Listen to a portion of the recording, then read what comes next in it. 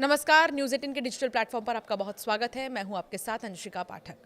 America इस वक्त अपने इतिहास के सबसे लंबे सरकारी शटडाउन का सामना कर रहा है।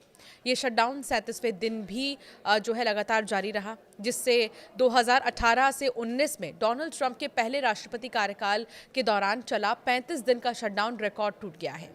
उस समय भी वजह ट्रंप जिद थी और इस बार भी कहानी कुछ वैसी ही है, बस मुद्दा बदल गया है। आइए जानते हैं इन 37 दिनों में अमेरिका में सरकारी कामकाज ठप होने की वजह से कितना नुकसान हुआ है, क्या क्या चीजें सबसे ज्यादा प्रभावित हुई हैं। इस बार विवाद की जड़ है स्वास्थ्य बीमा। ओबामा केयर से जुड़ी टैक्स क्रेडिट स्कीम का विस्तार। डेमोक्रेटिक पार्टी चाहती है कि ये टैक्स क्रेडिट 2025 के बाद भी जारी रहे ताकि लाखों अमेरिकी सस्ती हेल्थ इंश्योरेंस ले सकें।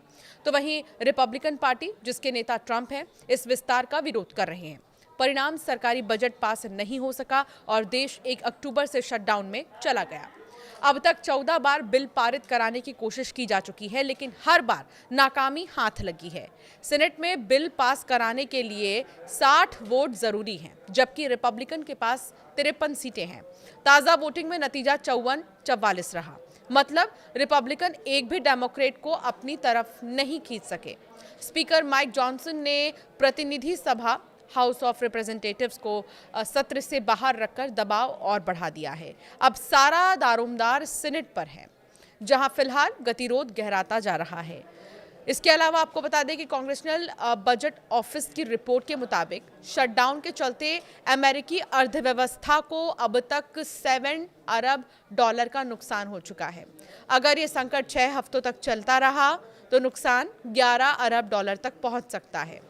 कारण साफ है, लाखों सरकारी कर्मचारी बिना वेतन के हैं, खर्च घट गया है और खाद्य सहायता योजनाएं ठप्प हैं।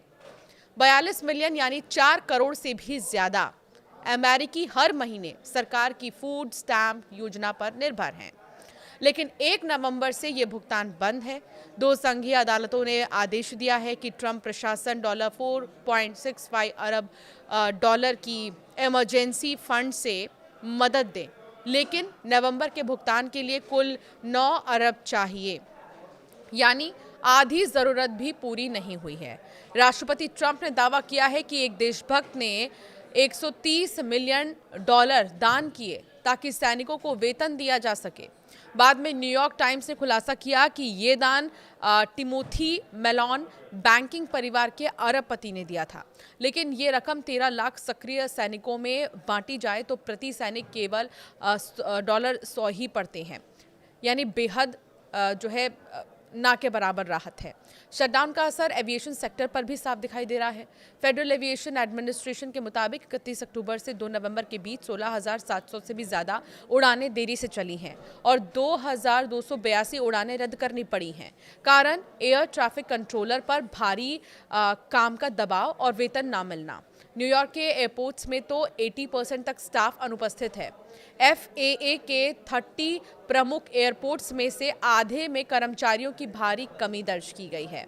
करीब 6.7 लाख फेडरल कर्मचारी घर पर हैं बिना वेतन, जबकि 7.3 लाख जरूरी सेवाओं वाले कर्मचारी काम पर आ तो रहे हैं, लेकिन उन्हें भी तनख्वाह नहीं मिल रही है।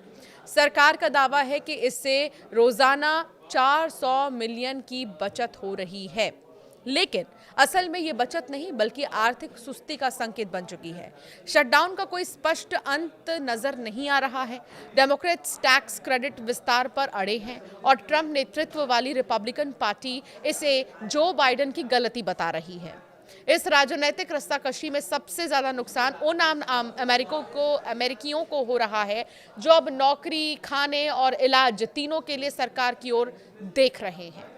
आपकी क्या राय है, क्या होगा अमेरिका का इस लंबे शटडाउन के बाद?